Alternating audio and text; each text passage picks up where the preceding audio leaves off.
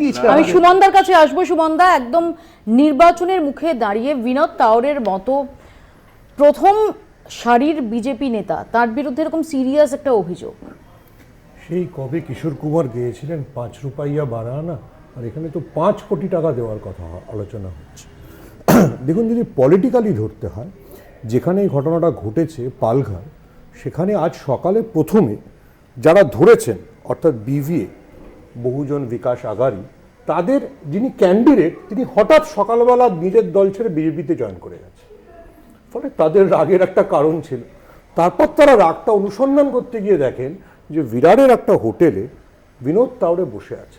এবং বিনোদ তাওড়ে সম্পর্কে যত ডিফেন্সে বিজেপি বলুক, মাথায় রাখতে ইলেকশন কমিশন অফিসিয়ালি তার বিরুদ্ধে এফআইআর করেছে, পুলিশ অফিসিয়ালি তার বিরুদ্ধে এফআইআর অভিযোগ এসছে, এফআইআর করেছে। তাহলে ইলেকশন কমিশন তো এমনিতে সাধারণত রাত্রিবেলা সাইড ছাড়া কিছু করে না, এফআইআর করতে বাধ্য হয়েছে।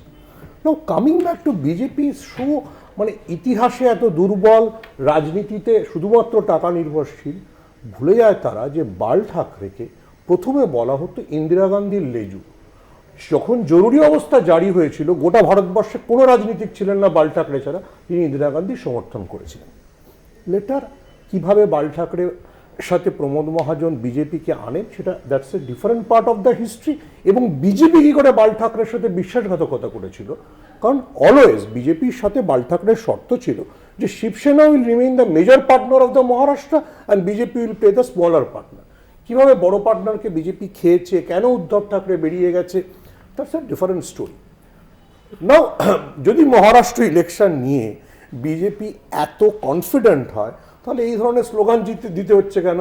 বাটেঙ্গে তো কাটেঙ্গে, এক হ্যাঁ তো সেফ হ্যাঁ, দিস আর নট মানে ভেরি পপুলার স্লোগান।